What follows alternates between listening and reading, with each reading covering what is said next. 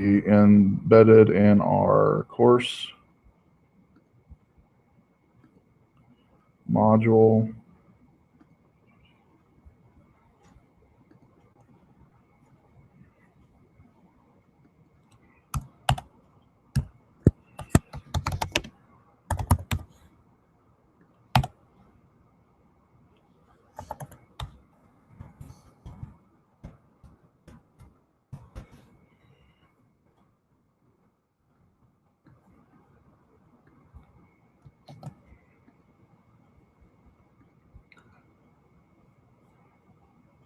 All right, so it's going to be the presentation for tonight. And then next week, everybody else is going to be presenting. Last names A through N. And 10 minutes for both tonight and next week. I will be buying pizza, and I need you guys to bring in other stuff besides pizza. So I will put in here, let me make sure. I think I've got this one here that's opened. So do this right now, if you don't mind. In the announcement that says week 14 final presentation, I'm going to put in here, in fact, I don't need to put a text in there at all. What I want you to do is just make a comment in that announcement of what you're going to bring next Thursday, what you would think you're going to bring, okay? So that way everybody's not bringing chips, basically. So I'm going to bring pizza and plates and napkins. If you guys could bring other stuff like dessert, veggie tray, non-alcoholic beverages, and that's it. And so post that in week 14 final presentations. And then the following week is actually the finals week. We will not technically have you do anything that night, but I will be in here during finals week for the night that we're to give our, it'll be this night. And I'm going to have playing in that night the presentations from you guys that on the overhead. I'll have some bottles of water here and some snacks for you to come in. So you're more than come and go as you please, especially if you have other present finals that night. You can definitely do so. You're not required to be here though, but I will be in this room.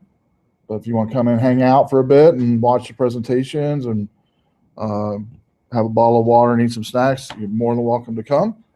Sound good? Is that the last day of the presentations, the final day? This week and next week is the last 2 weeks, the last two sessions for the class, technically. Okay. The next week is the finals week. I will be in here showing the final presentation that everybody's done on a loop, and there'll be water on the table and things like that because I have to be here for the finals week, even though I technically don't. We're done actually next week with content though. So is anybody else presenting tonight? You're it. You are? Do you have a USB drive, or do you want to bring it on up and I'll go and dump it? And if when you're presenting next week, if you guys could come just 10 minutes early, that'd be great, and just dump the USB drive over here, and then I'll dump it onto my MacBook real quick. Cool.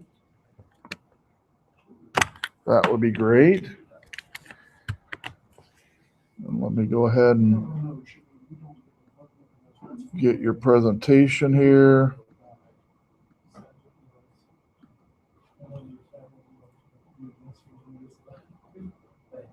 Where did you want us to put what we're going to bring? Do what now? Where did you want us to put what we're going to bring? In the announcement for week 14. Should be in there. Oh, the email? Yeah, the very top one, I think. Week 14 final presentation. Just submit in there where you'd like to bring, what you think you might bring. That'd be great. Yeah, that would be cool. Do that.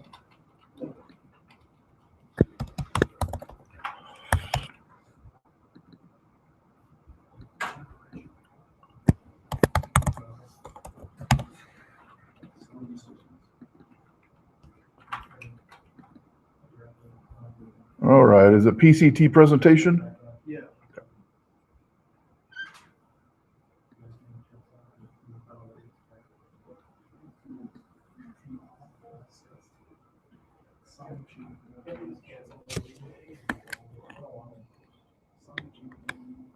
All right, you want to come up and grab your USB?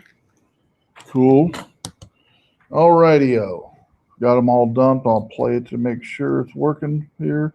You have a video? Either one of you guys have video or sound? No? Okay, cool.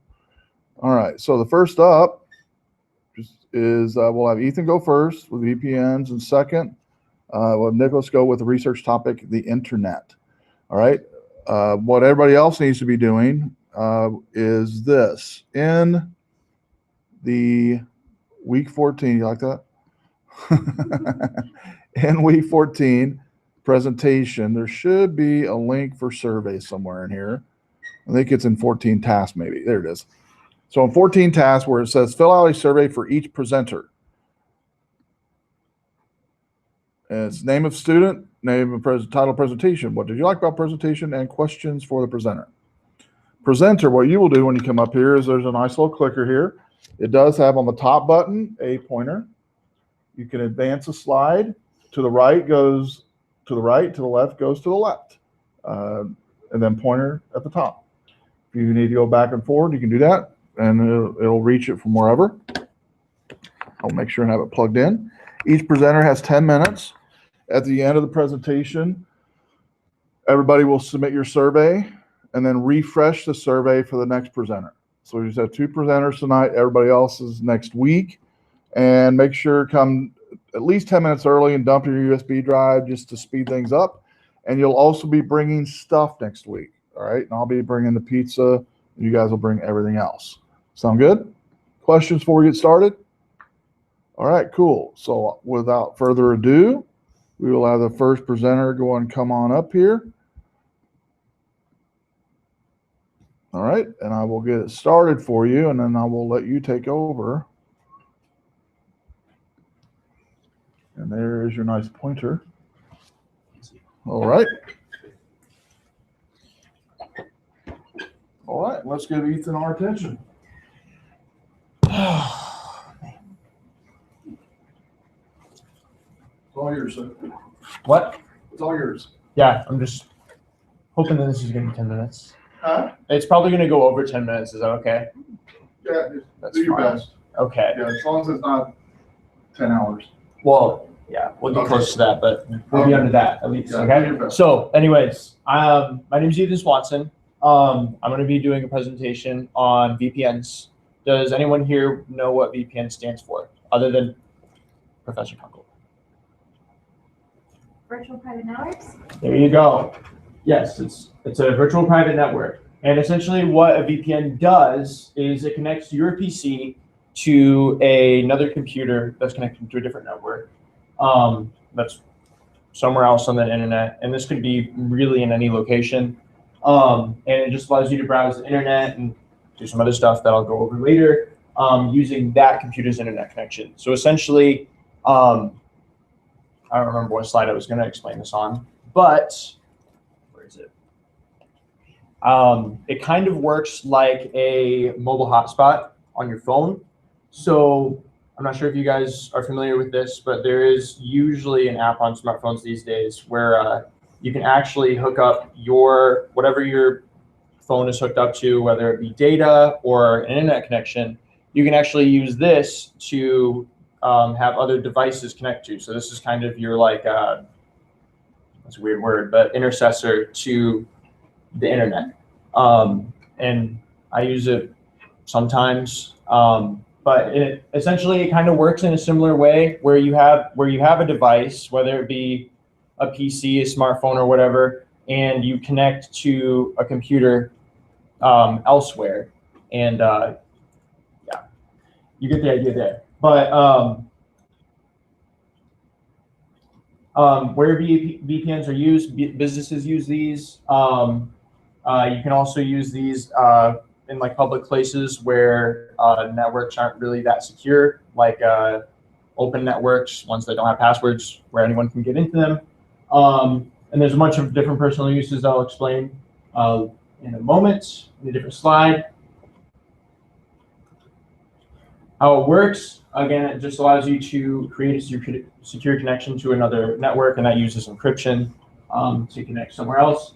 All of your network traffic is sent over a secure connection to the VPN. It's considered as a host to network or remote access, and again, just like that remoting stuff that we did a couple weeks back, you're essentially remoting into another computer and using their internet connection. And also it acts as if you're in the location of whatever you're connected to. For businesses, these can be the uses for. Sorry, the ways businesses like to use VPNs is usually remoting into their business's intranet or business network. An example of this would be actually place I work, NTS. We actually have an intranet there, and there's a bunch of classified files that some of them are military, and that stuff we don't want getting out. So we have our own personal server that stores all that stuff. But any other place, if you're outside of the office or if you're I don't know where you are, but if you need to connect to that, you can actually use a VPN to hook up to that network to basically access the local files of your server securely, and all that stuff. And like I said, there securely access shared business files over a company network. And NTS is where I work. And customers also use that too, because when customers come in and they're testing their equipment, I could spend hours explaining what I do at work, but essentially customers will bring in their products, and they need to record data on their end as well, and they need to send that data over to their businesses, and they do that from they usually use VPNs where they will I'm blanking out here. Where they'll use a VPN to connect to remote into their business and be able to share files there, or just email. But whenever they need to get into business files and everything like that, that can be used. And this is just kind of what I built to explain how it works for businesses, but it wasn't necessarily clear when I was looking it up. So it could go two ways, and I'll explain that. So one, the way I have it is you have your mobile device, in this case on the screen, it's a laptop, goes to the router, whatever you're connected to, whether it's a public Wi-Fi or, I don't know, home network. Then that sends all the traffic over to the server, which all the other computers in the business are connected to, or it could go the other way around. And again, I'm not sure, and maybe it could go both ways. Or it goes from the router to one of these computers that's hooked up to the server. I don't know. I've looked into it and I don't know, but that's essentially how it works. And either way, you're getting access to that server securely. For personal uses, there's a couple, and some of them you're not going to be interested in, but I thought I'd share them anyway. It allows you to bypass geographical restrictions. I'll get into that in a moment. Provides a secure connection, when you're at a public place, as people can get into your stuff. And I don't know, when it's an open Wi-Fi network, it's open game. Anyone can be on that network. So having a secure connection like a VPN can really help with that. And it can provide some I can't even pronounce that. You know what that word is. Online by hiding your true location, because again, it'll act as if you're using the network that your VPN is on. But so for this, this is actually something I literally ran into yesterday. But one of my favorite artists, Mars Ferrer, none of you know her, but she for some reason all her music ended up being restricted in the United States, and that sucks. But this is the message I was getting when I looked it up, and it kind of sucks. But in that case, you could actually use VPNs and essentially say you're in a different country, and people do this. I haven't done it, but you could actually use a VPN to say you're in a different country and be able to have access to those things. How a VPN solves that, again, it remotes into another network that's elsewhere, usually in a different country if you're trying to get past geographic restrictions, and acts it as if you're, yeah, I'm already saying all that stuff. And there's also, to do these, you can either personally set one up, which is normally unnecessary, and you have to do a little more work to get one set up. It's fairly simple, but the ones I wanted to go into is there are actually services out there. There's a whole slew of them. I have 6 of them to show you, where they'll basically have it set up for you, and you can choose what location you want your VPN to be in, and they'll find a computer in that area to be able to hook your to have your VPN in, and a bunch of other stuff. And they're all secure, and there's a bunch of other stuff, and I'll go over it. But first one that I found was NordVPN. This is one of the most popular ones, and a lot of you probably have heard about it. This one's usually, if you guys are on YouTube, this one's advertised a lot. It's critically acclaimed, and there is a review. There's a website called VPN Vanguard that does reviews. There's a bunch of other websites, but this one's second on there, and you can, and any other VPN review sites are going to be on average around like second or first. So this is one of the best out there. This one is only $2.99 a month, which isn't that bad. Otherwise, there's not much else to say about it. There's also CyberGhost, which is cheaper, and that's at $2.75 a month. It's not as critically acclaimed as NordVPN, but it's another option. You're saving like 24 cents. Uh-oh.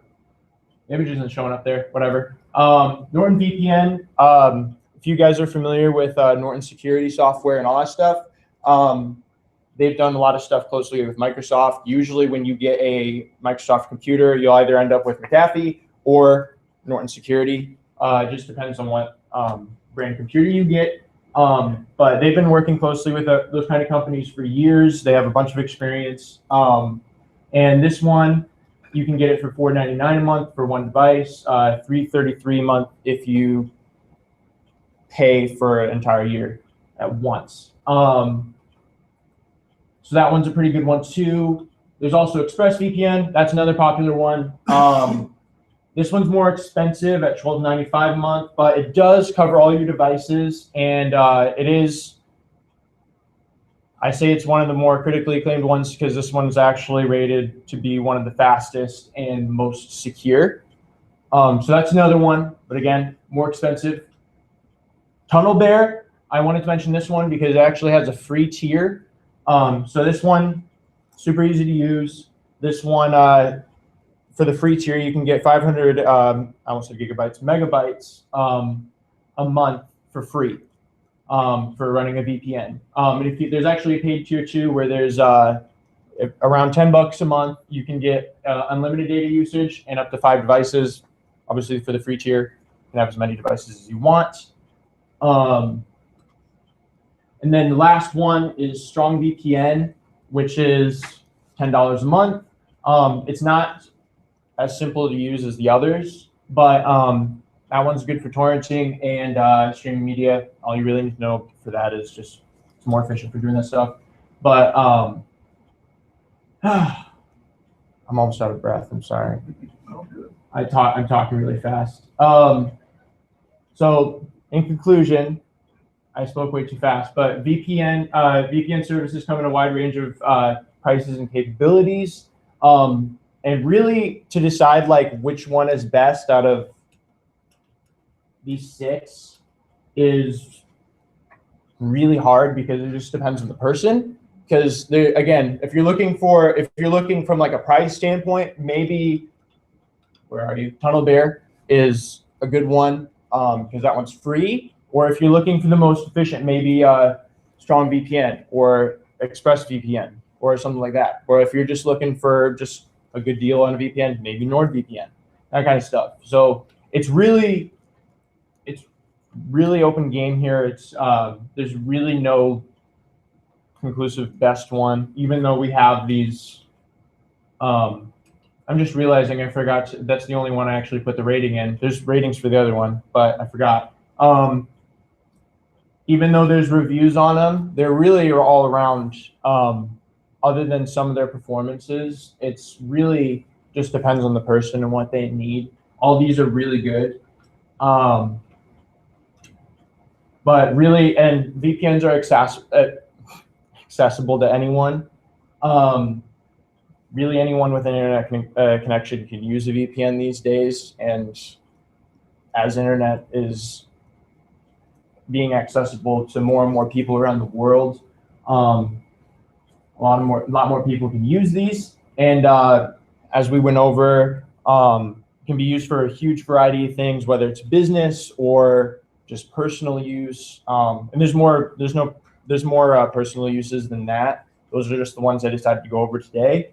But there's a lot of different stuff that you can do with VPNs. And essentially, before I wrap it up, I wanted to ask if this is just a question to see. I don't know. How many of you guys think that you guys could use a VPN in like the future? Do you guys think that you can? Do you guys think that you can actually use a VPN to get some use out of it if you're at a public Wi-Fi network and you want to be more secure, or maybe the geographic restrictions apply to you?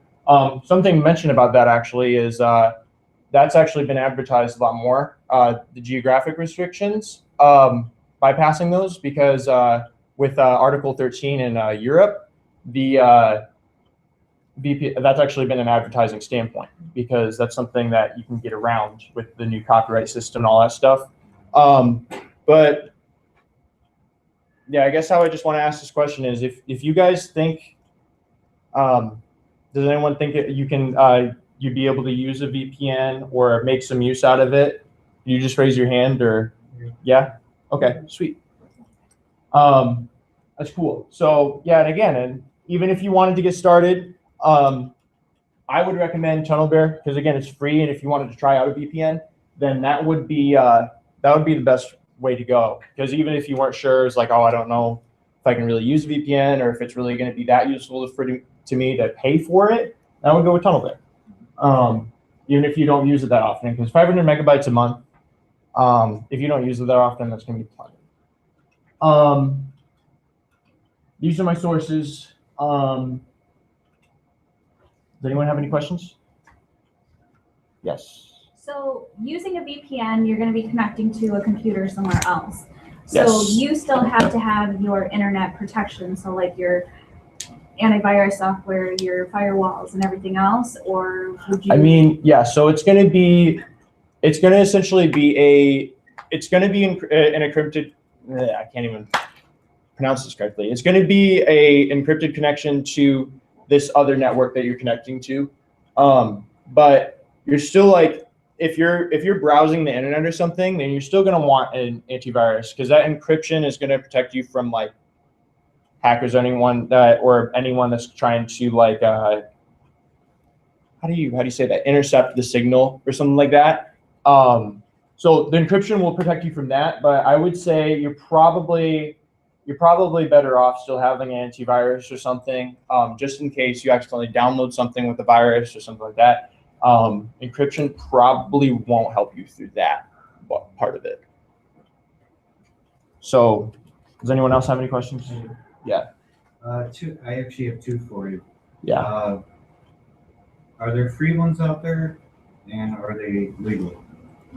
Okay, so TunnelBear, like I said before, TunnelBear has a free tier, and that one does have limits, which is 500 megabytes a month, but that is a free one. And for legality, yes, they are legal. As for laws for the geographic restrictions, I'm not entirely sure. There's a good chance that it's not. I just know that people use it that way. So I don't personally. If you're like in China or something, that their laws would be different. Yeah, and I'm just saying, if we're considering just here in America, if it's legal to bypass copyright laws here, like I was saying for like one of my favorite artists, like where they're legally, I can't listen to it here. If I use a VPN to say I'm somewhere else, now there's a question of, is it legal or is it not? And it probably isn't. And that's why I didn't do it. But yeah, it's a good question. I'd have to look into that.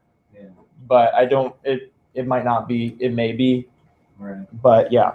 That's why I thought I'd ask you, because I know it's kind of a tricky question. Yeah. It's an interesting one because it's kind of you how it works is you have the copyright laws here, so it sees that you're in the United States, so it blocks that kind of stuff on the internet. So when you're connected to a different network that's, say, like on the other side of the world, it'll see that you're on that. It'll see that you're in that location, and it'll look at whatever you're trying to access as like, okay, is it legal here?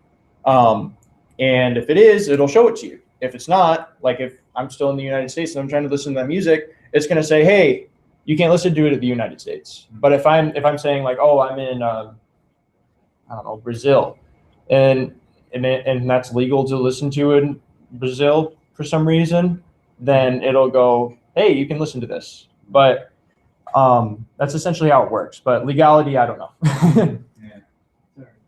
Yeah. Well, let's give him a hand. Good job. Good job.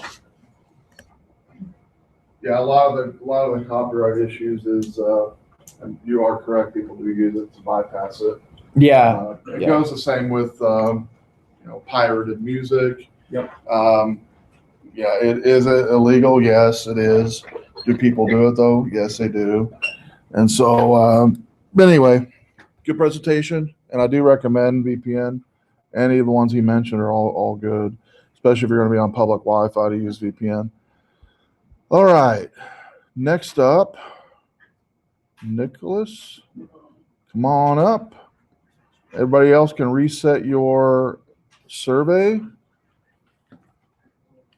All right, sir. So advance, go back, and then the top one. Sound good? Oh, let me switch this real quick. Let me see what you see here. Should be up there. All right, let's give our attention. All yours, sir. All right, my topic's the internet. As you know, we're using it right now to conduct those surveys for Ethan's presentation for VPNs. It's everywhere. We use it every day. Millions of people use it. Even more specifically are gaining more and more access to the internet. Specifically, example, India is quickly gaining massive amounts of access to the internet. So their population is growing with the use of the internet. But most people don't really know the history of the internet, so I'll start out with that. The concept of a massive web of information kind of started out early 1900s, but the specific idea of a network of things began popping around 1950s. The first working prototype was called ARPANET, and it was funded by the U.S. Defense Department. Tried to work out ways with that. In the 1970s, some scientists created the TCP/IP protocols, which were adopted by the ARPANET in 1983. The U.S. Department of Defense didn't really find a use for it, so they released it for public use. And then a man named Tim Berners-Lee created the World Wide Web, which allowed people to access the internet and how we use it now, and popularized it through widespread use. Some people confuse the World Wide Web and the internet together, which they're technically separate things. The internet is just the huge network of combined computers and such, while the World Wide Web is how you specifically access that information. The www stands for the World Wide Web, which is how you access and display that information on your computer. A couple pieces of technology are the router, which is a device that transfers the data packets to and from computer networks. They scan it and route it somewhere else if it needs to go somewhere else, or it receives it. And then there's the modem, which a device that converts data between transmission media, which it's commonly dial-up, like the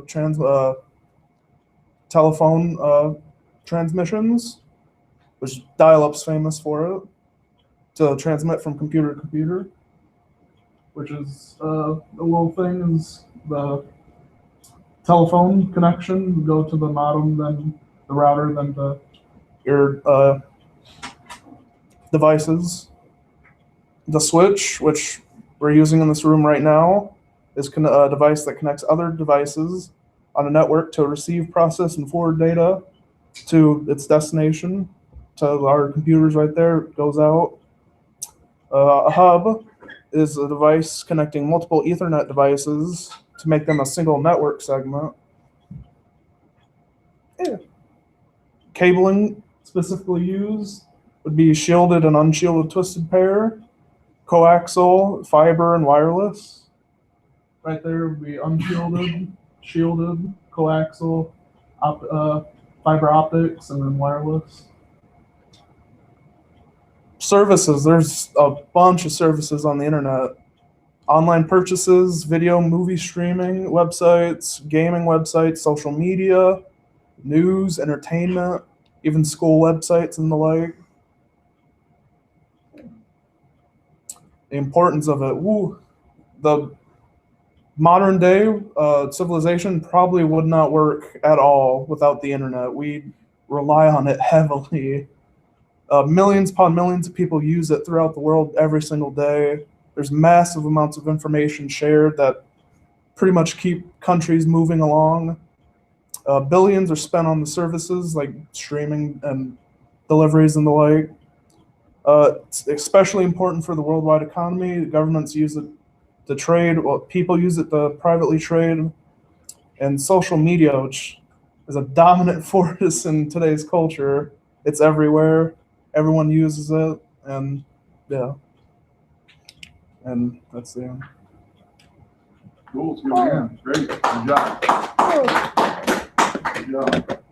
Yeah, the Tim Berners-Lee is a Illinoisan. He's actually a college student from Illinois. You guys remember the Netscape web browser, I think was the name of it. Remember that? Yeah, he's the one that created it. Illinois college student. Cool, good presentation. All right, we'll finish up the surveys, and then just a reminder, let's see, I'm gonna look at the announcement. Everybody should have submitted what you're gonna bring next week. I've just had a couple of you submit so far, so do so between now and next week would be great. And week 14 announcement, just submit what you would like to bring to the final presentation. I'm going to be bringing pizza and plates and napkins. If you guys could bring other stuff, that would be great. Those that are presenting next week, if you'll arrive at least 10 minutes early, give me your USB drive and I can dump it onto the laptop. And then you'll submit your research paper the night of your presentation in the module for that week. The last thing I want to show you, you might have noticed when you came in, some devices up here on the table. These are all the Internet of Things devices that were for projects for the May term. They're all completed and done. I think one of them I've already shown you guys, the LED one. I think you've seen that one. But some of the other ones you've not seen. The first one I'll show you is the, just thought it'd be cool to show it to you. In fact, I've got on the screen, I can show it to you here real quick, on the overhead. You can see up there. I'll try to make it a little bit bigger for you. See that data log there that gives a humidity, temperature in here, 71.6, humidity 44. That is the actual temperature in this room, and that's driven by, let's see, this sensor here. It's a little blue sensor on the edge of the box here. It's connected to a Wi-Fi module, and then it's logging it on a screen there, but it's also logging on an app I'll show you. I'll walk around and show it to you.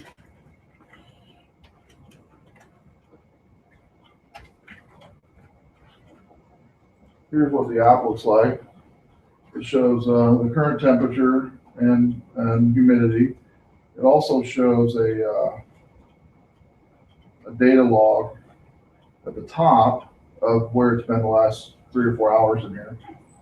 So it's kind of went up actually in temperature because the computer's been on. You actually see the graph at the top showing an upward trend. Been sitting here since about 4. And then the next one is a sensor on here for the LED module. This one here, that's right now showing a message that says, hello, PCT110 students. But I can also tap on this app here that says temp, and now it's going to show the current temperature outside, which is 47.93. It's going to a temperature website. Then the next one is an app on here for notifications for conference room use. So this little baby right here has a sensor built into it, right there at the bottom where my thumb is, and it senses movement. And if it senses movement in a room, it's an alert that pops up. And you'll see that I walk by, it says conference room in use. Means somebody's in this room right now, and it can be used at workplace to determine if a conference room is open or not. There.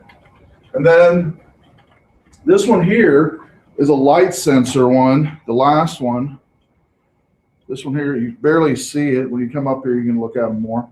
But it's a really, really little sensor. It's a photon sensor. What it determines is light. And I'll refresh the log on the overhead. I have it pushing to pushover too, but let me show you here. See if I can trigger it on the overhead. So I'm going to use my camera light on my phone to trigger it. And you'll see. Little camera light, everybody's familiar with the camera light, right? I'm going to put it actually right on top of the photon, and we should be able to see a log of it here in a second.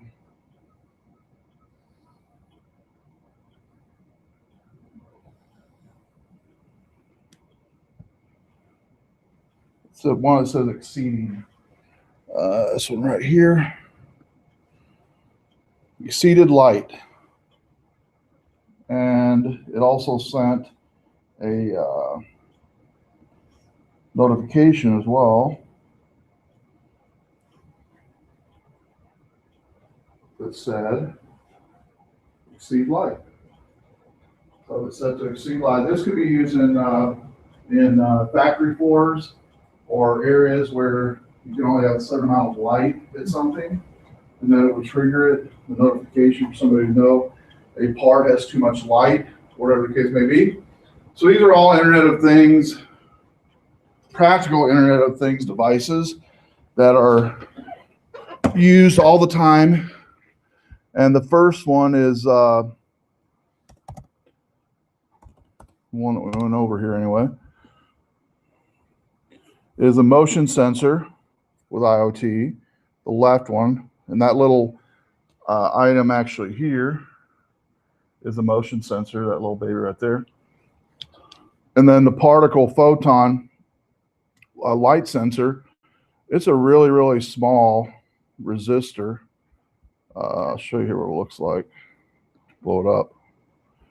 So these are what they look like. You can buy, looks like 30 of these for $6. Okay, and I have one of them in this item here, in this project. And then the temperature reading one, it's got the photon sensor and then the sensor itself which, let me show a picture of that.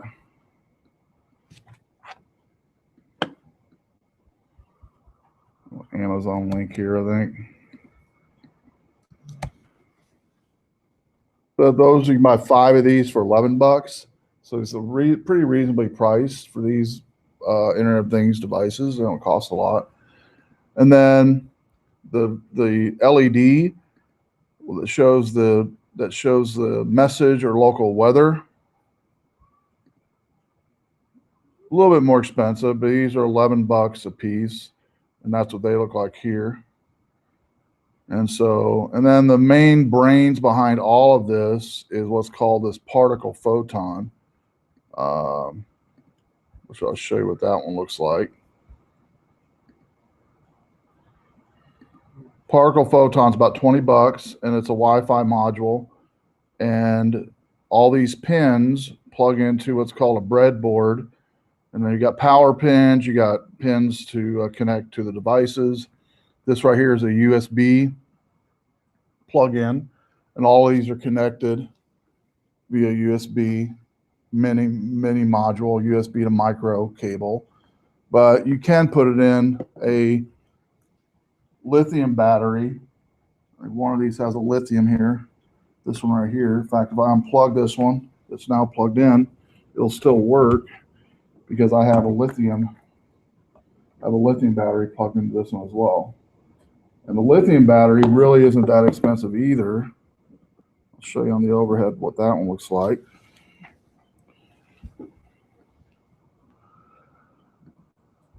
Let's see, that's this one here. And we're not using this in the IoT class, but I thought I'd show it to you anyway. So it's not real expensive. It's a shield is what it's called. And that photon fits on top of this shield exactly in all these little pins here.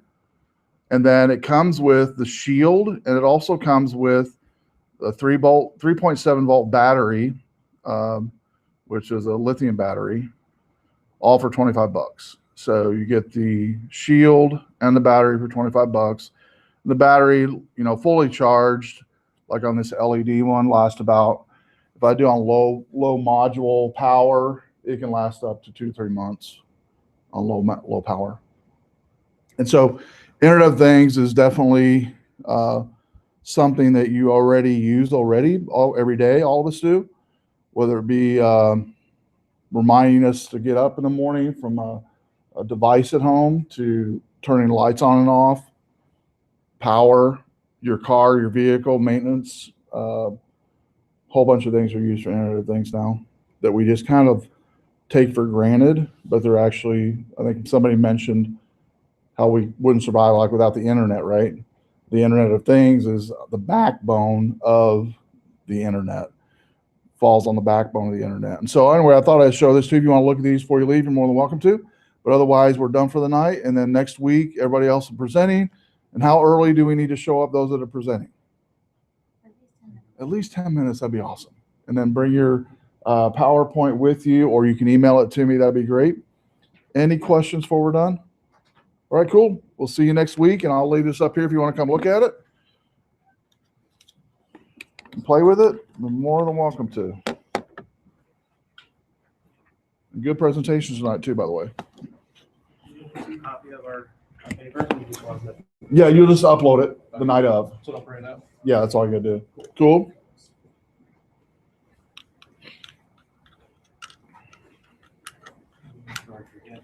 Huh? Oh, yep, definitely. Yep. Alrighty. And do you have a pen? Looks like I got one here in mine. Got a pen today. All right. So we're going to do all signage here. Oh, that's, shoot. I should have another one, right? This is April's all full, it looks like. Yeah, I'll have to You have names? do it. No, I have to come back next time. Okay, I'll be here. I do have a question. Sure. If for some reason I don't have my presentation next week. Yeah. Now, did you get my email on the Screencast-O-Matic using that? The Screencast-O-Matic using that video screencast, where you can do it outside of class, Oh no. and then I can just show it. I didn't see. You want to do that? You can do that maybe. So basically, you sit at home and you screencast-o-matic and you record it from your computer, right? And you do your talking from your house, and then we just show it on the overhead when you're I done. don't think that'd be a good way to go for me. I'd have to do it here. Okay, that'd be great. But like I was saying though, if for some reason it's not finished, Uh-huh. I don't have it. But they, Well, it's 75 points for the paper and 75 for the research paper, Hmm. or 75 for the paper, 75 for the presentation. so that's the breakdown. hurt my grade. Yeah, it would a little bit. Yeah, it would. Yeah. I mean, but you said it was required to move on, like from this class, or Well, what do you mean by moving on? well, I guess my question is, if I don't pass this course, would I be able to take another course? Well, it wouldn't with flunk me? you if you zeroed out on both. You have a good enough grade now, it wouldn't flunk you. You know, it's 150 points off, so you're probably looking at, I think you're like an A probably right now, so you're looking at like C. Now, what happens with just the grade itself if I don't? It zeroes out. Oh, it'll go down to 0. Right, yeah, for that assignment. For just that assignment. Oh, just for that assignment. Yeah, not for the Oh, whole okay. grade. Okay, I thought it was going to affect the whole grade. No, it'll knock it down to like at least a couple letters probably, but yeah, I would suggest doing at least one though. Like if you don't want to do the presentation, at least get the paper done or something. What if I just did the presentation? Do that. Yeah, because the research paper is what's freaking me out. If you want to just do the presentation, that's fine. Yeah. Something to mention though Yeah. is if you make a research paper and you just base the presentation off the research paper, it's going to be a whole lot easier. If you gather all the information that you need and just put that all into a paper. And Yeah, then it just might be a good put that- idea. Like you said, if you do the presentation and get it done, Mhm. you can convert that reverse to a paper. You can do that too, yeah. Maybe. I agree with you, what you're saying. I guess my concern is getting enough information about my topic. What is your topic on? It's cable modems, Oh, yeah, DSL. Plenty of information on that. Yeah, you can- Yeah. Do you have any resources by any chance? Well, you just Google it. I mean, you've literally got thousands and thousands, hundreds of thousands of pages on that Okay. of different sources, you know, from the history of cable modems to the present day to future. You can just focus on that or focus on one company, like,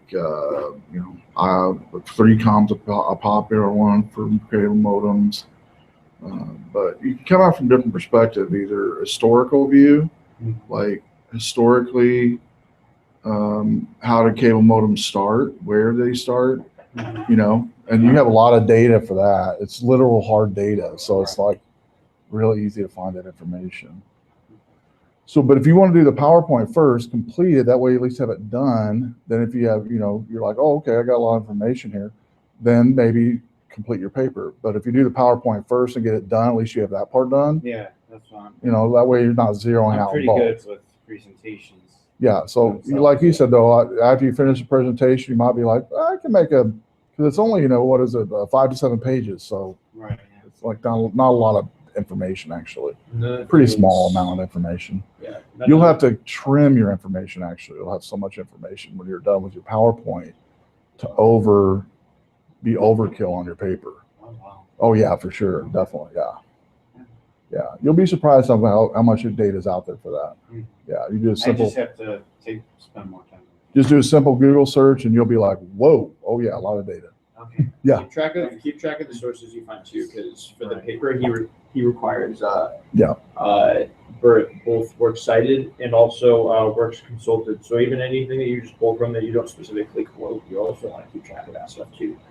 So like when you find anything that you're like, oh, I'll use that in the presentation, put the website cite, down, yeah. cite it. Yeah, Because now even if you don't cite it in the presentation, if you do end up writing the paper, then you don't want to spend like hours going back. It's like, where'd I pull